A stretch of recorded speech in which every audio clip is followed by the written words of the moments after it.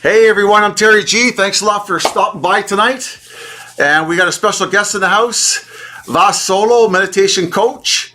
We're going to be talking with him a little bit tonight in a few minutes, a couple seconds. We're going to be start talking to him, and we're going to see what he's all about. He was generous to come on tonight and talk to us about some meditation, about his program, about how he got into recovery, maybe some struggles he did in his recovery.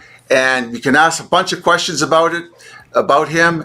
And let me just, with no further ado, I'd like to bring aboard a special guest tonight, Vas Solo. And there he is, eh? Isn't that great? Awesome. Can you hear me, Terry? Sure, you're here, buddy. You're here. Right on.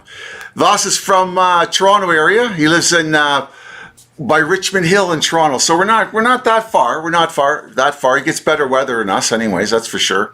A little warmer up there.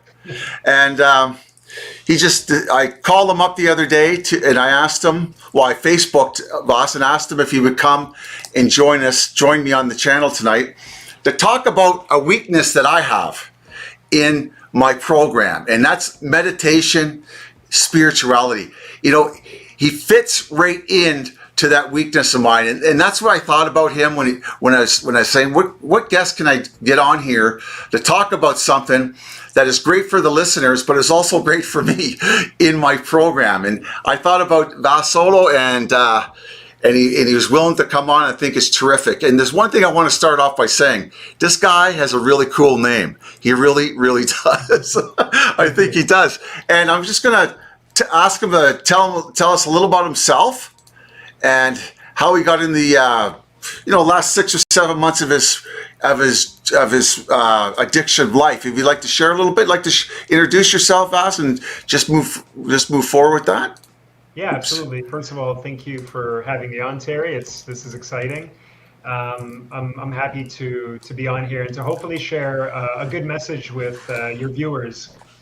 So what was it like for me the last 6 months? It was like it is for most people who come into the program. It was hell.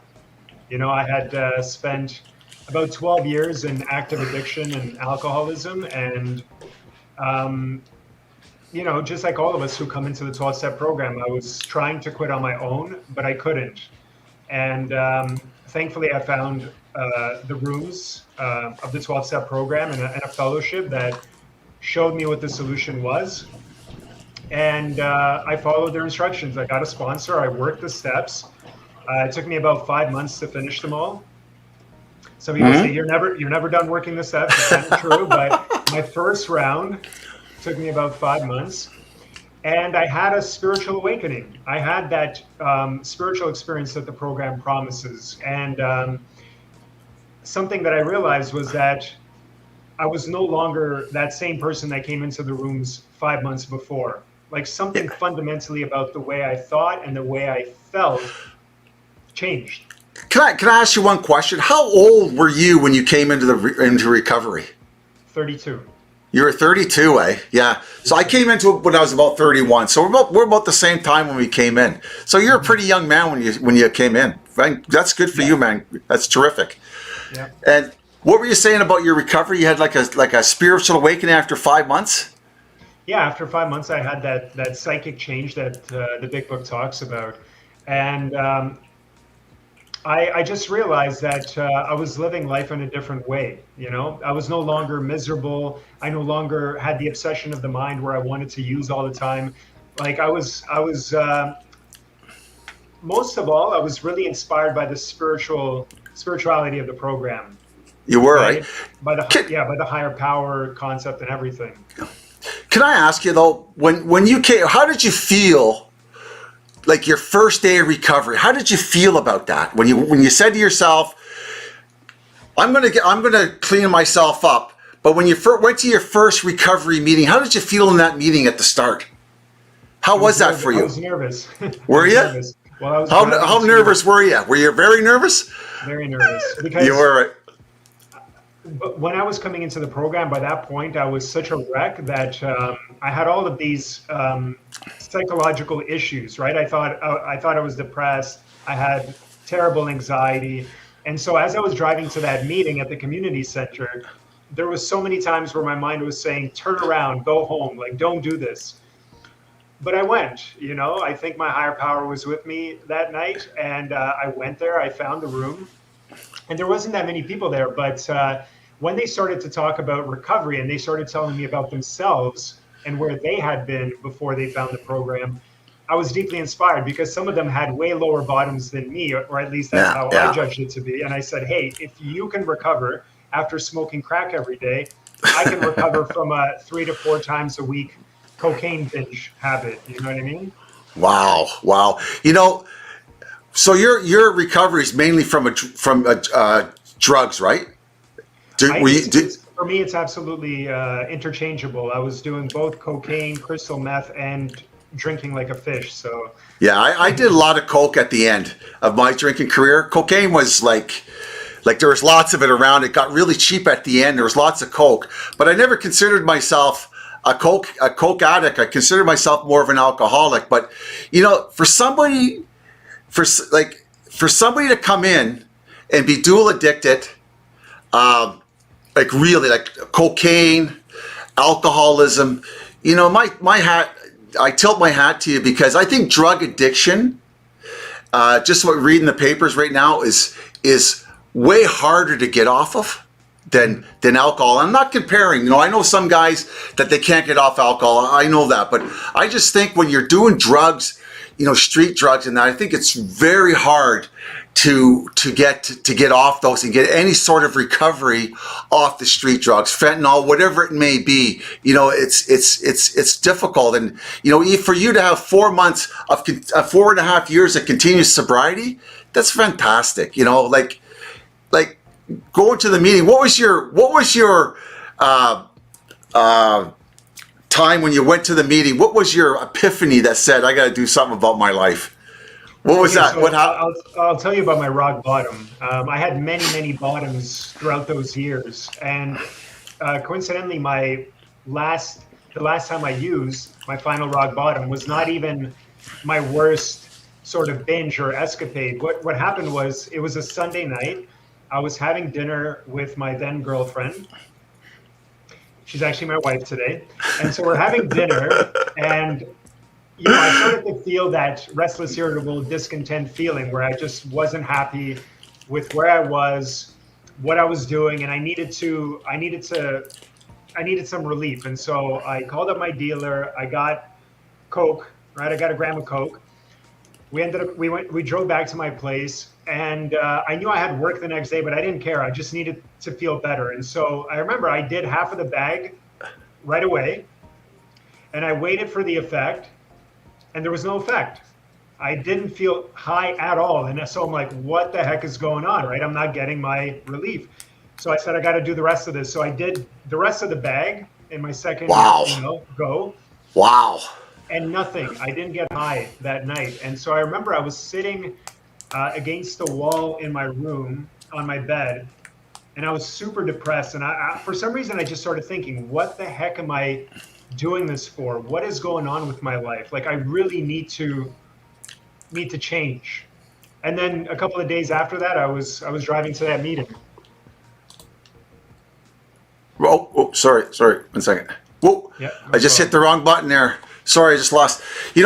Alcoholics say the same thing like that. They say the booze stopped working at the end. The booze stopped working for us, and they that kind of void. They're drinking their faces off, to say the least, and they're just not getting drunk. They see no use of it, and I've heard that many times in the rooms about people who are drinking a lot. That at the end it didn't work for them. But you and I, Vas are the lucky ones. We're very lucky to be where we're at in life. I think guys like you and I get a second opportunity at life, because I know my life before, when I was drinking, and you said you come in about 32 years old. I came in at 28, but I didn't get any recovery till I was 31. We have two lives, and we can do with that life as we see fit after we recover. from alcoholism, because we can have a great life. We can have a great life. I'd say it's like a rebirth. It's like a second, like a reawakening. Yeah, I just want to let everybody who's joined us tonight, you can leave a comment, you can leave a question to ask myself, a question to myself, or a question to Vas Solo here about his story and things that he's going to share with us in the upcoming stream here. Okay, so just to let my viewers know that if you have any comments, any questions you want to share, or any things you want to share with us, maybe get a point of view from us when it comes in your recovery in your life, by all means, leave it in the feed and we will answer. We'll get to that question, okay? Another thing, when I was talking to you earlier in the week, you were mentioning that when you went to the 12-step program and you connected deeply, were you into meditation, spirituality, those kind of things, mindfulness, before you came into any sort of program in your addiction? Were you thinking about that kind of stuff? I was, but I'd say I was dabbling. It wasn't anything serious. I would go through phases where I would try to meditate, but I wouldn't keep it up for longer than a couple of days. So I read a couple of spiritual books, and I was open-minded to spiritual ideas, but even though they were inspiring me, I could not implement them into my own life or solve my addiction with those ideas. Okay, yeah. Is that what you're trying to do? Were you trying to take that meditation and pound it against the addiction to help you with your life? Is that what you're trying to do in those days? Exactly. Yeah. I always find that funny about, not funny as in ha-ha, but funny as in, funny isn't funny. Addicts of all sorts, and always try everything before they give a 12-step program help, a 12-step program a go, or reach out for help. We will try anything on our own to get recovery or feel better, but we won't, God forbid I would ever tell anybody I'm an alcoholic, but at the end I was so beaten, that's what I did. But I went through all sorts of hoops and ups and downs and trials before I give up the self-reliance. But that's, when I the first time I heard the word alcoholic said in combination with me was from my family doctor. I remember I had this episode when I was 25 where I had an anxiety attack or a panic attack, but I didn't know that that's what it was at the time. And I thought that it was something with my heart. Oh, yeah. After that episode, I kept feeling bad, right? It didn't happen and then go away and I felt fine. The anxiety and the panic persisted, and that made me feel short of breath, and I just didn't feel good. And so I started to go to my doctor. I went to a cardiologist. But when I was talking to my doctor and telling her what had happened, I was telling her that, I was really hungover. And she's like, well, how often do you drink? And then I told her, well, every weekend. And she says, how much? I go, a lot. And she goes, have you ever considered that you might be an alcoholic? And I was like, yeah. Me? Right? I was so insulted. I'm like, at the time, my idea of what an alcoholic was somebody that lays in the alley, has peed his pants, is homeless, right? Drinks every single day. And I was a functioning drug addict and alcoholic. I had a job, I had a girlfriend, I wasn't homeless. So to me, my image could not accept the fact that I could possibly be one of those. And even when I went into the program and I had to introduce myself as, hey, my name is Vas, and I'm a drug addict and an alcoholic, I remember cringing inside for 2 to 3 months every time I had to say that, even though I knew I wasn't. I know, man. I get it. When you say the words, it just reinforces whatever stereotype we have, eh? I've become this, whatever, that's I get it. I get what you're saying. And then we're not. That's why it's so hard to admit, right? That's why it's so hard for us to go and get help, because we want to do everything possible to refuse that label or not to be labeled as Oh. that, right? And the human will, right? The willpower. You know, that willpower, the almighty willpower, right? We'll smash it until, you know, if we can get a result, right? Or the blame game. We do a lot of that. I know I did a lot of that. You know, I'm like this because of them. I'm like this because of my school. I'm like this because of the abuse or whatever.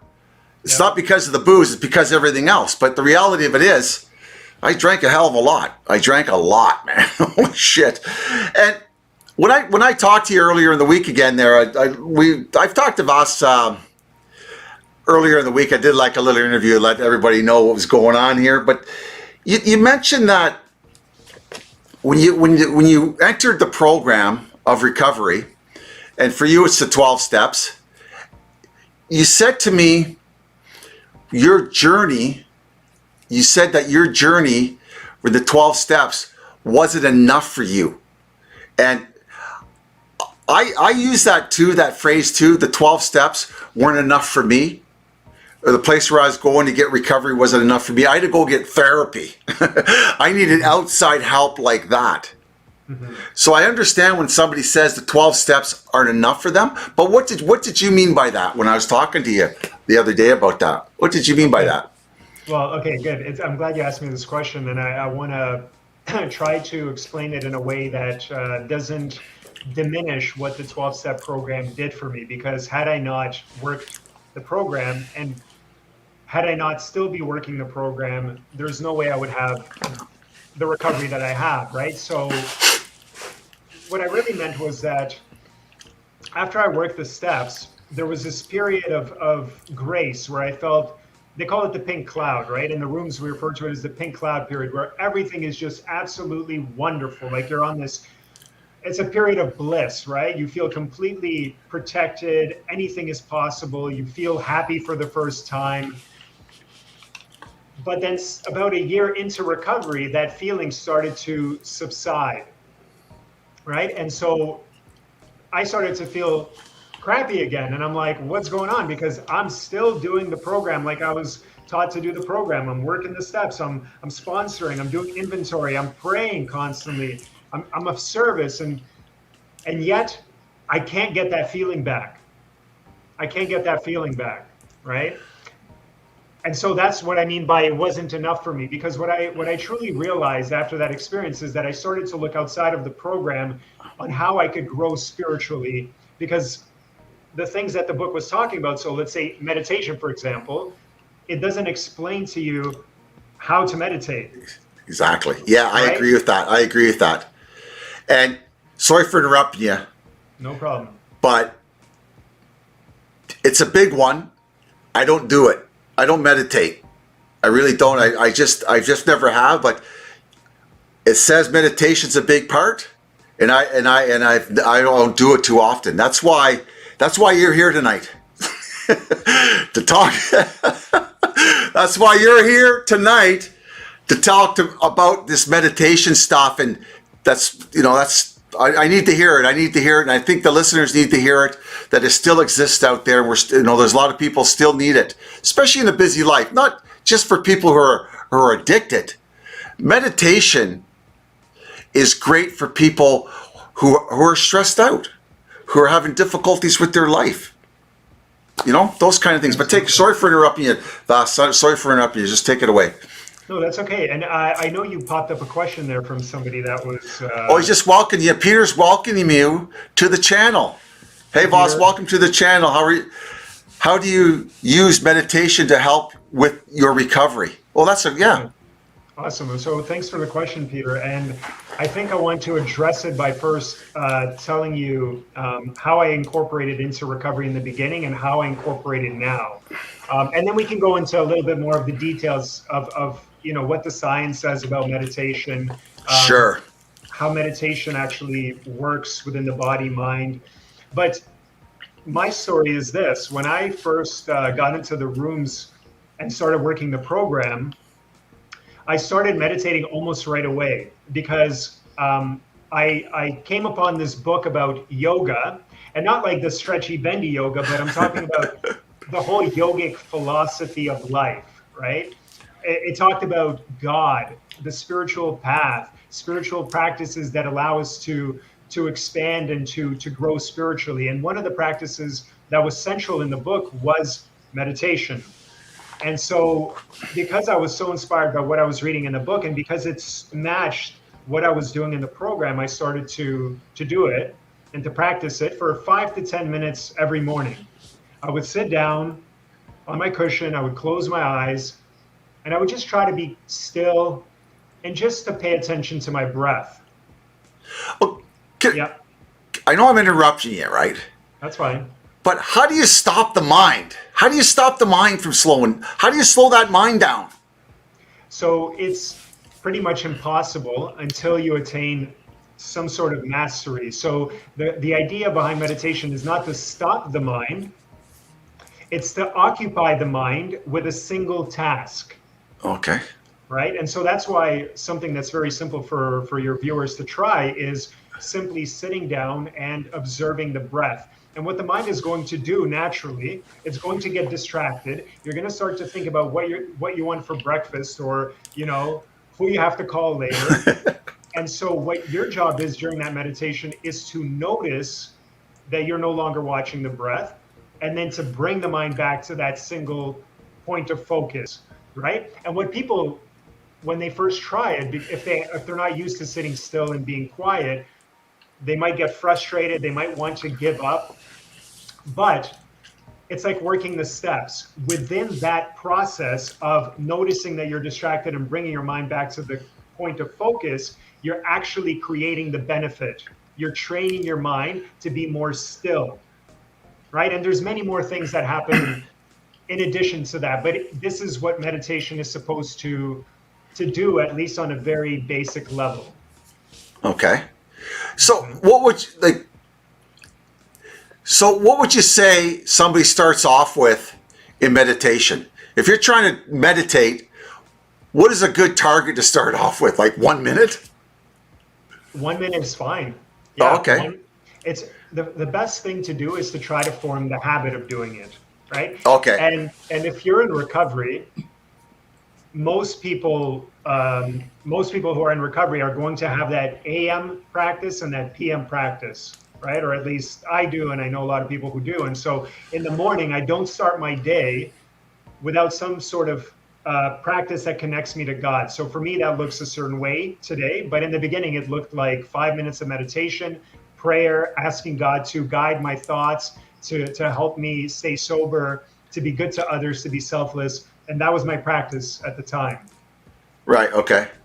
So starting with 1 minute of meditation followed by prayer is a great place to start. If you could slowly increase that over, a couple of weeks to 2 to 3 to 4 to 5 to 10 minutes, you're going to find that you're starting to get a lot of benefit out of it.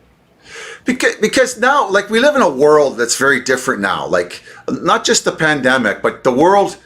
When we talk about meditation, the world that we live in nowadays, like when I was a kid, there was a lot of church, okay? And I'm not going to talk about church because that's a whole different ball of wax. But, people relied on the church for their emotional well-being and their mental well-being a lot of times, right? You would go there and you would do the church service or whatever, and you'd feel okay with it, right? Now we're like, I'm 60, I've moved up, and now it's 2022. People are getting drawn away from that. And when it comes to healing the soul, looking after your soul, like your feelings, your mental health, new ways have come into play, right? Like mindfulness is very, very popular. And I guess mindfulness is basically meditation, right? Yes, it's a type of meditation. Is it? Yep. Oh, is it? Oh, it's like if you think about exercising, there's different exercise modalities, right? You have CrossFit, you have bodybuilding, you have running, right? So meditation is similar. There's the practice of meditation, or like fitness, and within meditation there's different meditation techniques and routines. So is mindfulness a meditation? Yes, mindfulness is a way to practice meditation. So what is mindfulness, if you don't mind me asking? I'm not an expert on it, but mindfulness essentially involves practicing being present in the moment. So you'll notice there's a strong similarity between what I was describing about watching the breath Yeah. and mindfulness, where you, for example, are asked to sit and to just notice how you feel. Like you let's say you ask to connect to your body. How does your body feel? Is there tension in the body? So it's asking you to remove your mind away from what you have to do tomorrow, today, and to be present, So to that's be mindful. mindfulness. Yeah, mindfulness is like that. That's right. So okay, and meditation is what's meditation? And meditation is similar in that, okay, so let me give you my definition of what meditation is. Go for it. Okay, Okay, okay. it's not going to be the mainstream Yeah, that's okay. definition. That's why you're here, man. That's why you're here. Go for it. Meditation was originally developed by spiritual seekers to remove the mind from all forms of distraction so that you could focus completely on God. That's what the main purpose of meditation was? That's the main purpose. Make the mind absolutely still and to place all of your attention into being with God. Okay, okay. What was I going to say? I Do you stumped you think? there with that definition. No, I just want to know. I was just coming up with a question. I was just coming up with a question. What I want to ask is spirituality God focused? That's In your opinion? absolutely. Well, for me, spirituality is the essence of discovering our true self. But does spirituality have a God component to it? Like a God of like a Catholic God, like a God like that. Do you understand what I'm trying to say? Do you understand what I'm trying to say? I'm going to answer the question this way, how I see Okay. spirituality. I see God as the singular truth in existence, right? Okay. The single truth. And every different religion and spiritual tradition comes at trying to understand that truth from their own set of values and from their own perspective. And so if you imagine a circle with a center in the middle, and that center in the middle of the circle is God, then all of those various traditions are like spokes of a wheel coming towards that central hub, trying to connect with that central truth. And so if you imagine those spokes coming from all the different Yeah. angles, Yeah. the closer they get to the center, the closer they are to each other and the more they will have in common. Does that make Okay. sense? So Yeah. differences in religion and spiritual teachings exist only on the outside. But when you start to have true experience, true spiritual awakening, then everything becomes a lot more the same. And I just want to finish by saying this. Okay. Somebody Okay. once said, if you put all the spiritual prophets from all the various traditions and paths in the same room, there would be nothing but love between them and a common understanding. If you put all of their followers in that same room, they'd be at each other's throats within seconds, right? Yeah, we see that. Well, not so much right now in history, but yeah, there's been a lot of that in history, right? Good old religion, right? Good old religion, right? That's, yeah. And that's what I like about the 12-step program, because the 12-step program does not discriminate based on what your beliefs are, as long as you believe in something higher, and that higher truth is what I'm talking about. Yeah, I always think of spirituality is good for any person who, and this is only my opinion anyways, just don't take it as gospel. It's gospel. So if you're talking religion, don't take it as gospel. Yeah. Yeah. Whatever. Preach, But Jerry, but preach. but addictive people, I know our founders in recovery have said that the alcoholic is self-centered in the extreme. And I can't ever imagine being recovered, or I mean, not recovered, but being in recovery for as long as I've been in recovery, and not having the ability to take the focus off me. And it's not so much take the focus off me when there's people around, but when I'm by myself. And I think spirituality is really good for that. To think of there's a common good and there's a power outside of us. If you don't believe or not believe, it's up to whatever. But I believe most of the time. Sometimes I have a problem with it. But when I'm by myself and I get inside my head or I feel sad, I'm working myself up. If I just say, you got this, God, or you have this, like, it takes it away from me. And I find spirituality really helps me with the self-centeredness of life, to get the focus off me, and it gives me the ability to focus on other people, and not, in a good way, and to get out of myself and be a part of be present in the world around me. And I find spirituality really works for me when it comes to that, because when I came into recovery, I was self-centered to the extreme. Everything was about me. And when I get in that mode that everything is about me, or I feel, I'm not saying like I neglect myself. I know where the boundaries are and all that kind of stuff. But when I start having a little bit of spirituality, I start to loosen up, and I start thinking to other people and getting out of myself. So I don't cause a lot of shit in people's lives, for lesser words. Because once I get into my head and start thinking it's about me, hey, it doesn't turn out well. Not for me anyway. So I find that whole spirituality thing really effective. Well, we got another question here. You got time? I've got a question here. We'll pop a question in.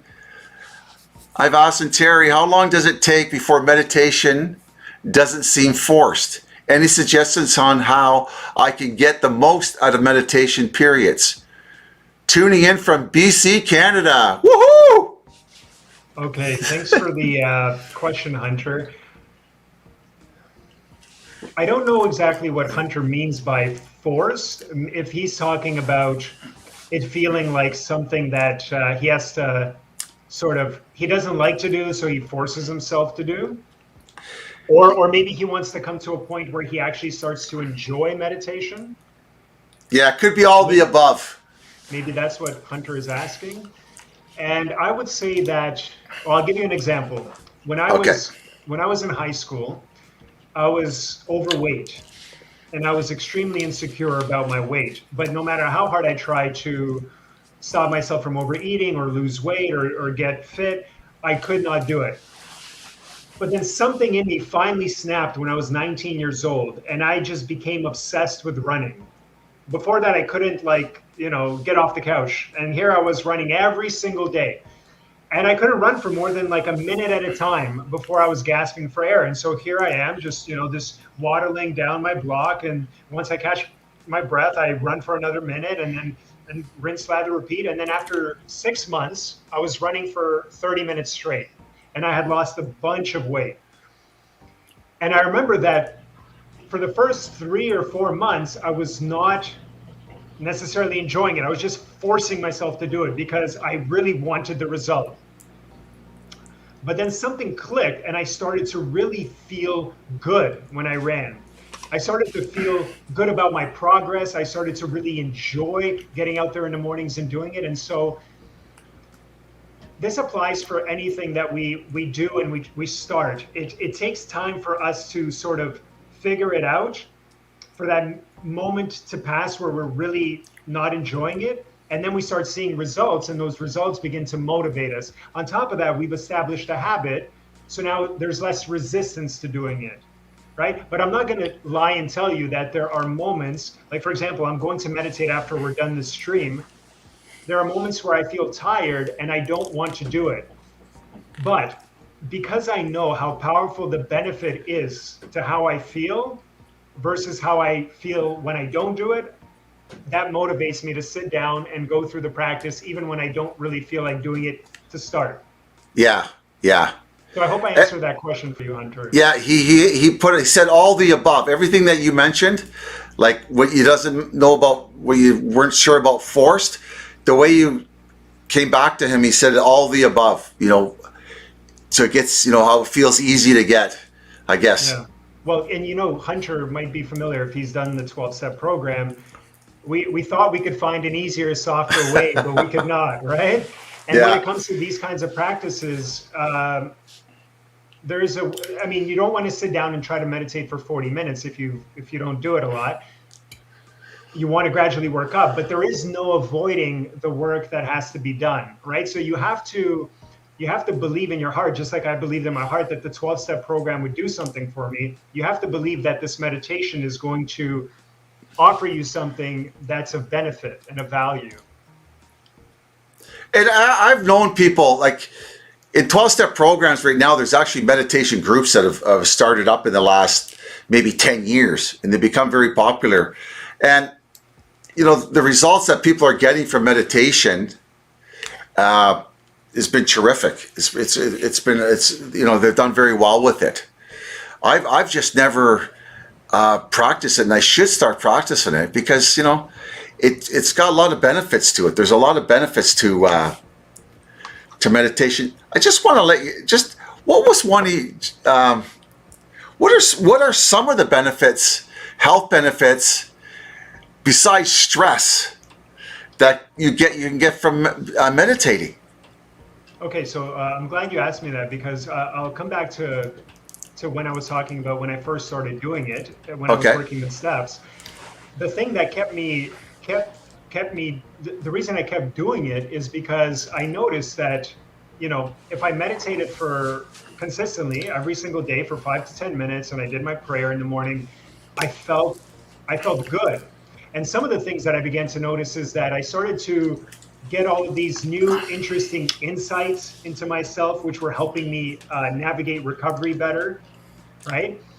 But when I stopped, like sometimes I would get lazy and I would skip a couple of days, and I noticed that the way that I felt would change in a negative direction, right? So I'm like, oh man, like this is doing something. And as soon as I start meditating again, I start to feel better. So I kept up with it. Now, it helped me recover, but at a certain point, like I told you, about a year in, I felt like I was getting stuck. I was doing the steps, but it wasn't enough for me. And so I was seeking, I was studying different spiritual paths. I was going to churches, I was going to temples, I was trying to find my way, my next step. And I was struggling and I couldn't find it. And then somebody in the program, we were standing outside after a meeting, and he said, listen, I just recently went to this meditation center in Toronto and had a great meditation. You should check it out. And I said, why not? I've been going to these places, as much as I can. So I'll go see what it's all about. And I remember that at the time I was still meditating, but I was getting frustrated with my practice because I wasn't getting the results that I was looking for. Like I was reading in books about yoga that meditation was supposed to help me transcend some of my character defects, or it was supposed to help me reach higher states of awareness. And I wasn't experiencing that. I was getting some of that stress relief that people know that meditation is famous for, but I wasn't getting to those beautiful spiritual states that those books talked about. And for all I knew, they could be making it up. But yeah, right. right? Yeah. But I believed them. I believed that they were telling me the truth. And so I ended up going to this center that same weekend that my friend told me about it. I drove there with my mom. We went to their service, and when we came in, somebody, like a volunteer, showed us the room where people were meditating. It was like a quiet, dimly lit room. There was rows of chairs and people sitting with their eyes closed, meditating. So my mom and I, we found a couple of chairs. We sat down and we started to do our meditation. And after a couple of minutes, I started to feel this beautiful, deep sense of peace and calm washing over me.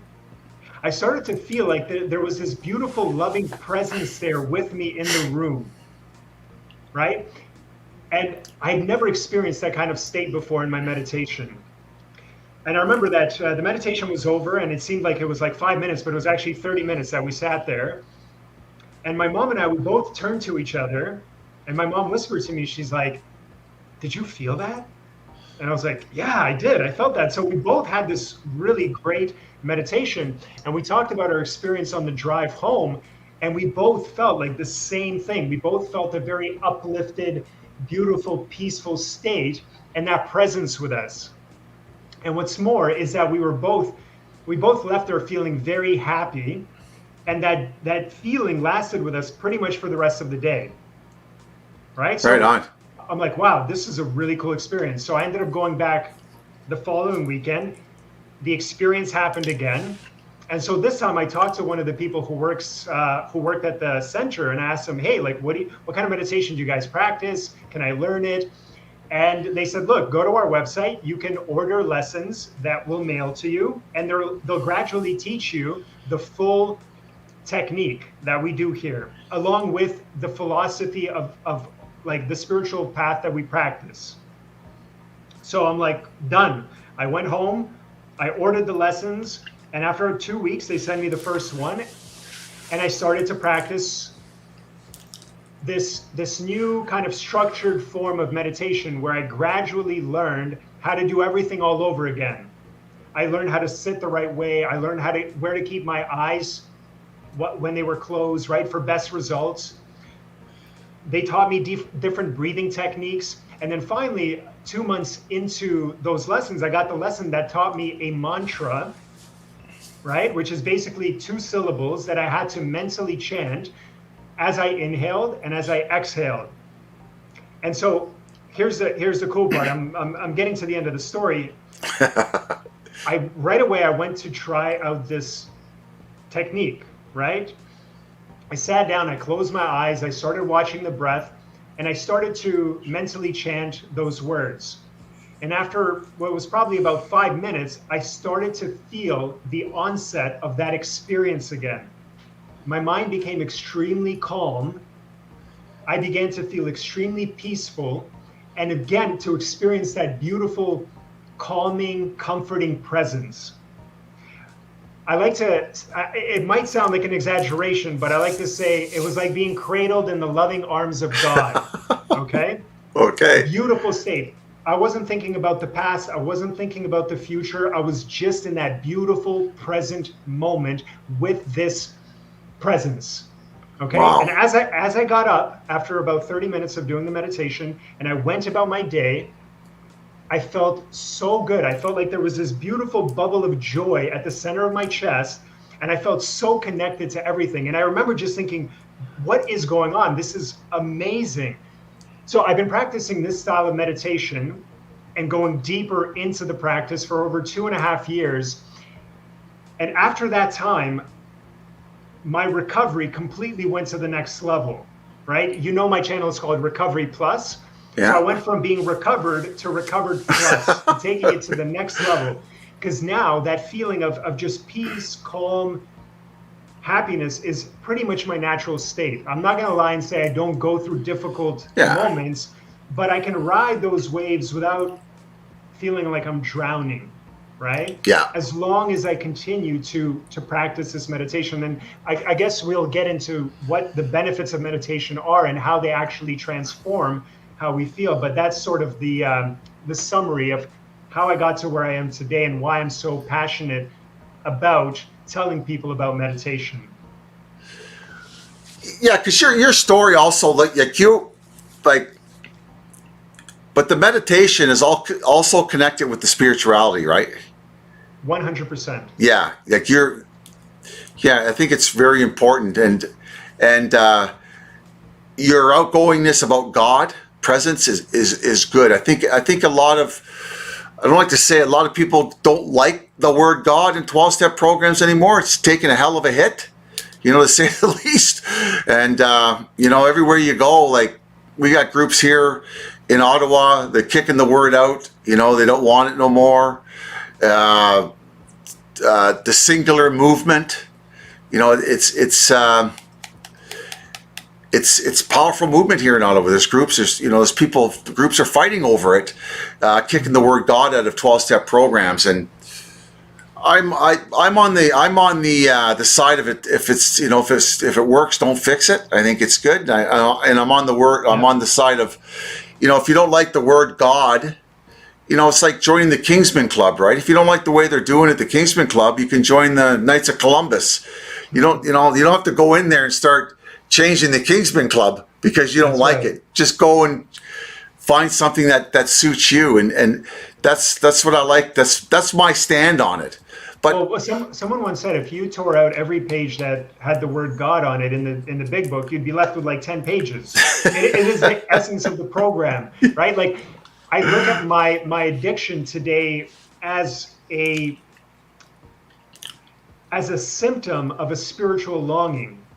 It's not that I love the drugs and alcohol. I just didn't like existing without that higher understanding or awareness that there's something more subtle and beautiful and uplifting in the world, right? I was not inspired by looking at society and going, okay, so what do I do? Get a job, have kids, work my whole life and die. That's it? That's all? Just there's got to be more, man. There's got to be more to it. Right. And what showed me that this program is actually the real deal is that when I finished working the steps, nothing in my external life had changed. I was dating the same girl. I was living at the same place. I had the same job, had the same friends. So I didn't change anything about my external circumstances, but something in me opened up and I felt happy.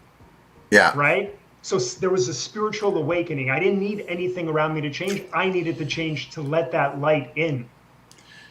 Yeah, I got I've had we call them spiritual awakenings. That's something what you're describing there.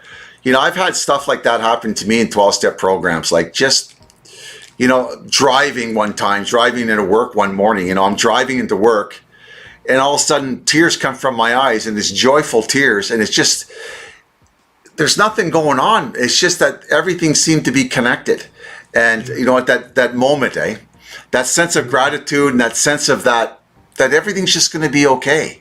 I'm not driving a Cadillac. I don't have a great big job, but it's okay. Things are okay. And that's God. I think that's I think it's a feeling that when you talk about it, a lot of people haven't experienced it. They might, ball hog it, no way, those guys are, but it does happen. It really does. The spirituality of the program, the spirituality of the 12 steps, it gives us a new direction in life, and it really fills that hole that booze filled and drugs and alcohol did. Because and then nothing else could fill, because I know I didn't just try drugs and alcohol. I tried sex. I tried being an accomplished person at school, trying to get a job and trying to have a good body. None of that gave me the satisfaction that actually living according to very simple spiritual principles gave me. And that's how I knew there was something true in that, something honest, because it truly worked if I did it. Yeah, because for myself, when I lost the booze and drugs, I was more of a boozer. There was a big void to fill, right? There was a big void to fill, So what are some of the benefits from meditation? Okay, I'm gonna talk about the science first. Okay. Right. One of the things that science has learned about people who meditate versus those who don't, and they learn this by studying people's brains. Like they'd scan them with MRI technology, which showed the activity in the brain. They showed that people who meditate have a more active prefrontal cortex, which is the most developed and advanced part of the human brain. That's the area associated with some of our highest human faculties, like concentration, impulse control, abstract thinking, creativity, and happiness. Okay? Now, conversely, they found that people who are depressed or anxious have a very quiet prefrontal cortex and a very active limbic brain, which is the primitive part of the brain. And that part is responsible for aggression and fear. So those very negative, dark emotions. Oh, really? Yes. And so meditators actually have a very quiet limbic brain.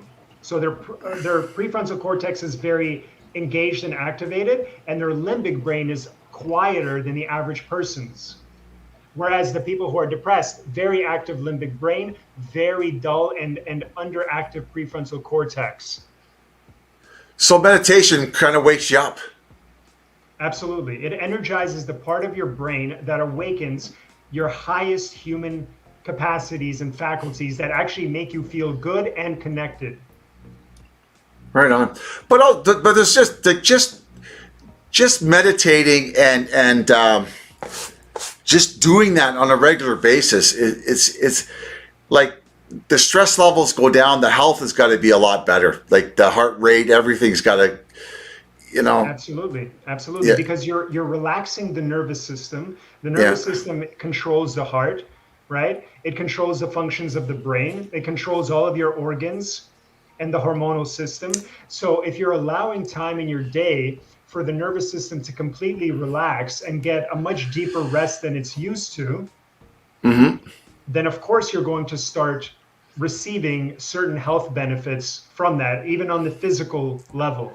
Yeah, and people like myself, I had a lot of behavioral issues in early sobriety and even through sobriety, into my years of sobriety, and like anger issues, right? Like you know what I mean? Anger. Meditation would help with those negative behaviors. 100%. Yeah, 100%. I think so too. I agree 100%. And just that whole meditation part, because in 12-step programs, I think people find the prayer part a lot easier than the meditation part. Yeah.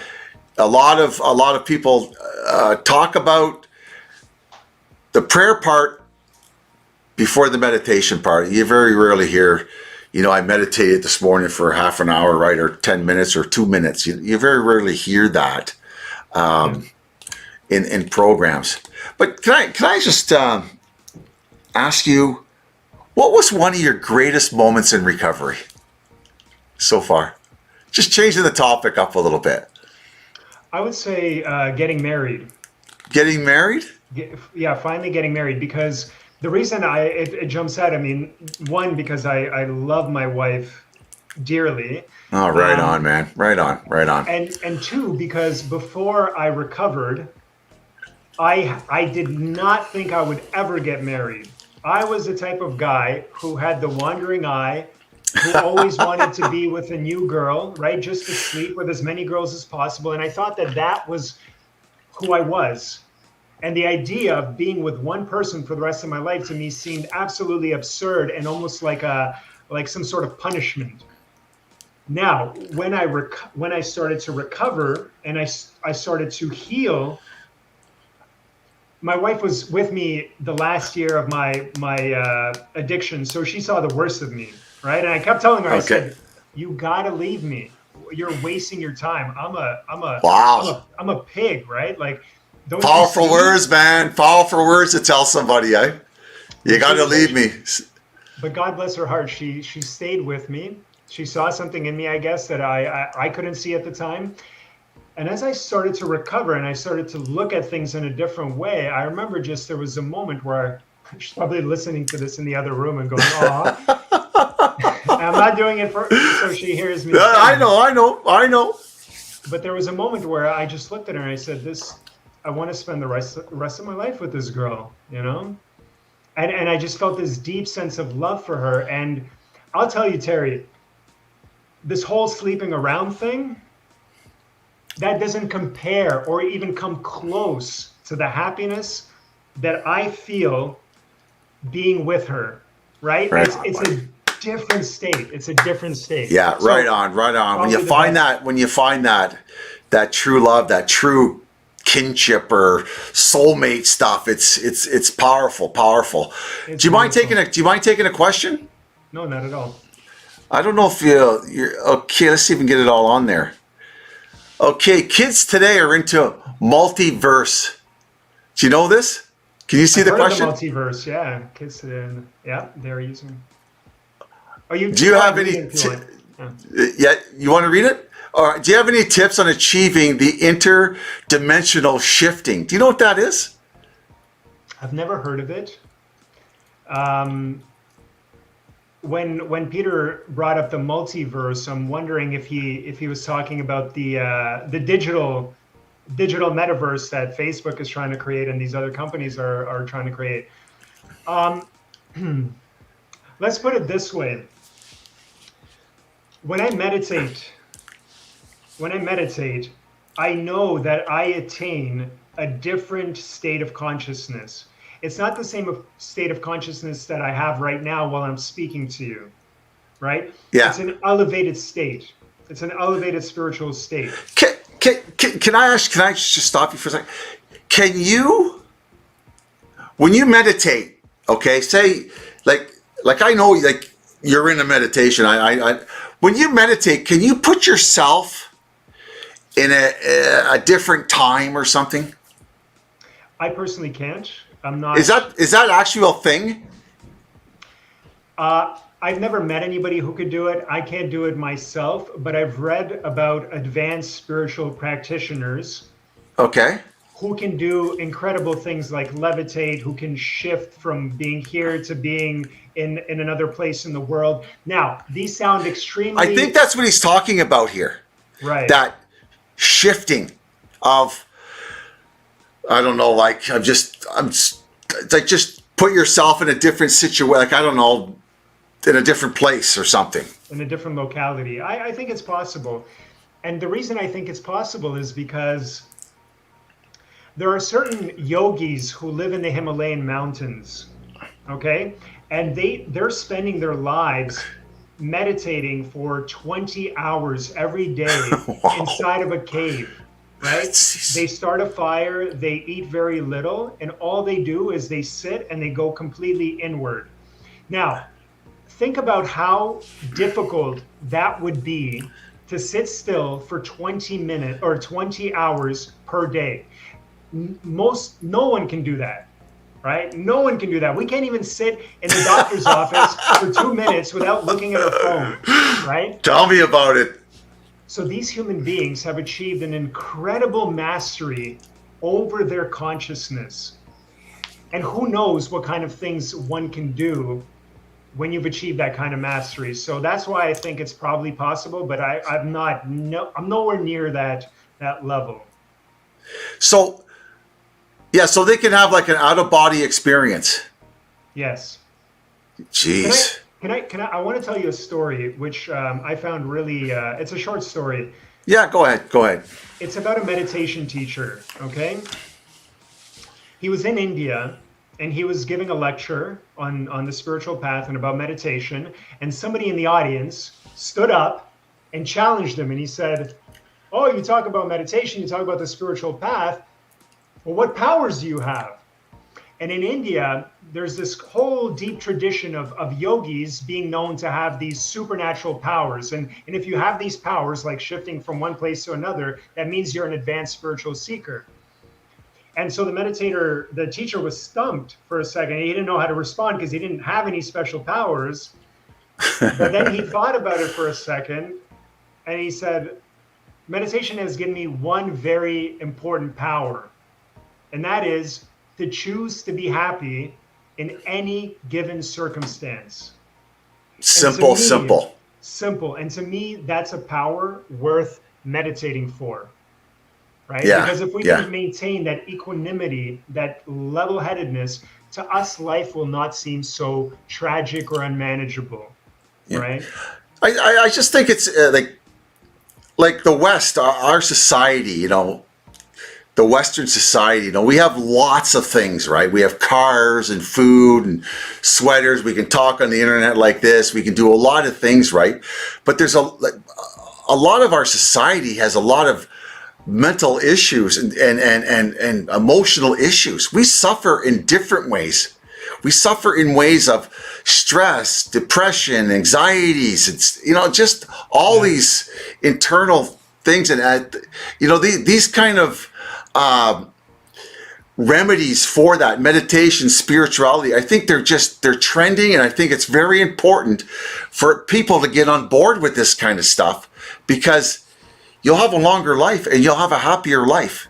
Absolutely. And you'll just feel better where you're at in your life. You'll just feel better. And I can't stress to the people who are watching, I know we have a small crowd, but that's okay. But I can't stress it enough that if our emotional, spiritual, mental health, and physical health is not in check, I don't care if you live in a mansion and you're driving different cars every day. Nothing's going to be worthwhile. It's not going to be worthwhile.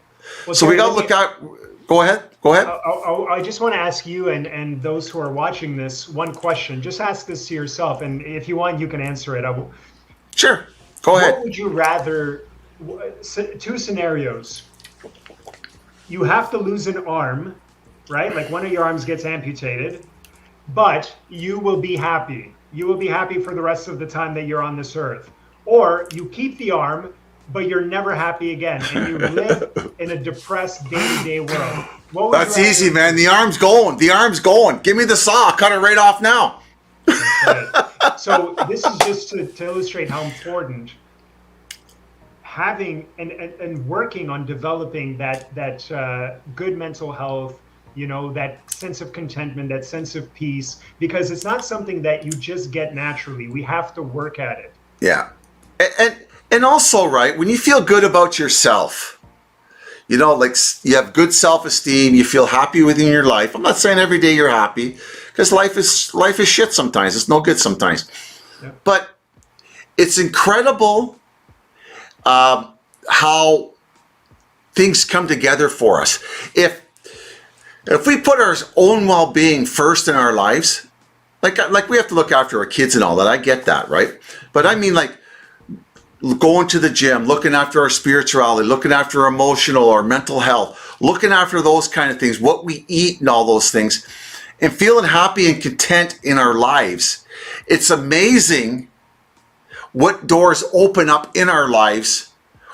And it seems like it's effortless, that those doors, those opportunities, the great things, the gifts in life happen to us, and we think we did nothing for it. It's just that we have changed our whole thing. We've done a 180, and we get all these opportunities come to us because that's just the way it is. It just happens like that. It's like a miracle. It's unbelievable the way things happen like that. If we look after ourselves, right?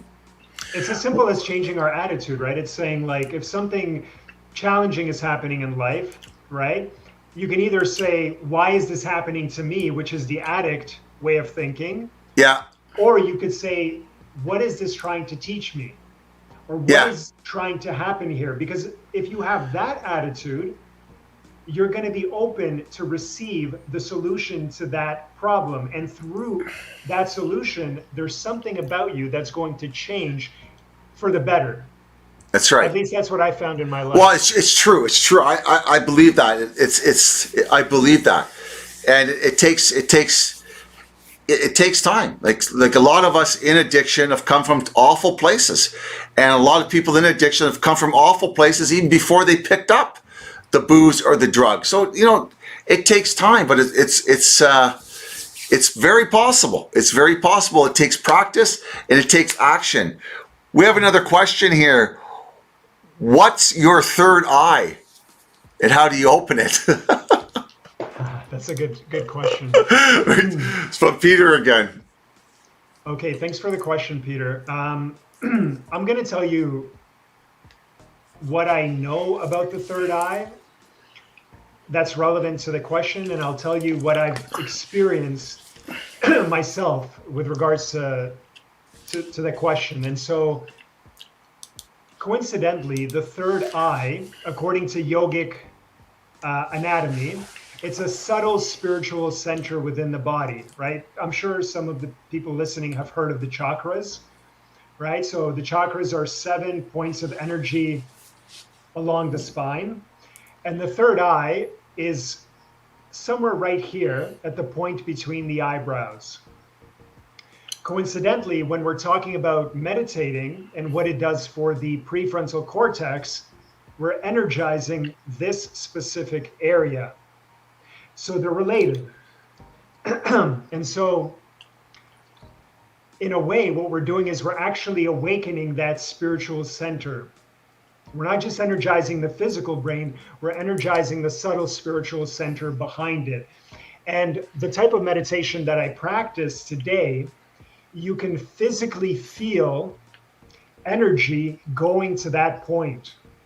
You feel it as a light bit of almost like a pressure or sensation of energy gathering here at the point between the eyebrows. In fact, this is the goal of the technique. You use the breath to lift the energy up the spine to energize that part of the brain. And the reason you do it is that eventually, as you become more and more advanced and you practice more and more, you begin to awaken that subtle center. Now, I don't know anything beyond that because I've never had my spiritual eye open. But according to some spiritual texts, it is the gateway to, well, let's just put it this way. It's the gateway to the next realm of existence, to a more subtle, spiritual, blessed, heavenly realm. Wow. Okay? Yeah. So I know it's a little bit out there, but I hope that answers the question.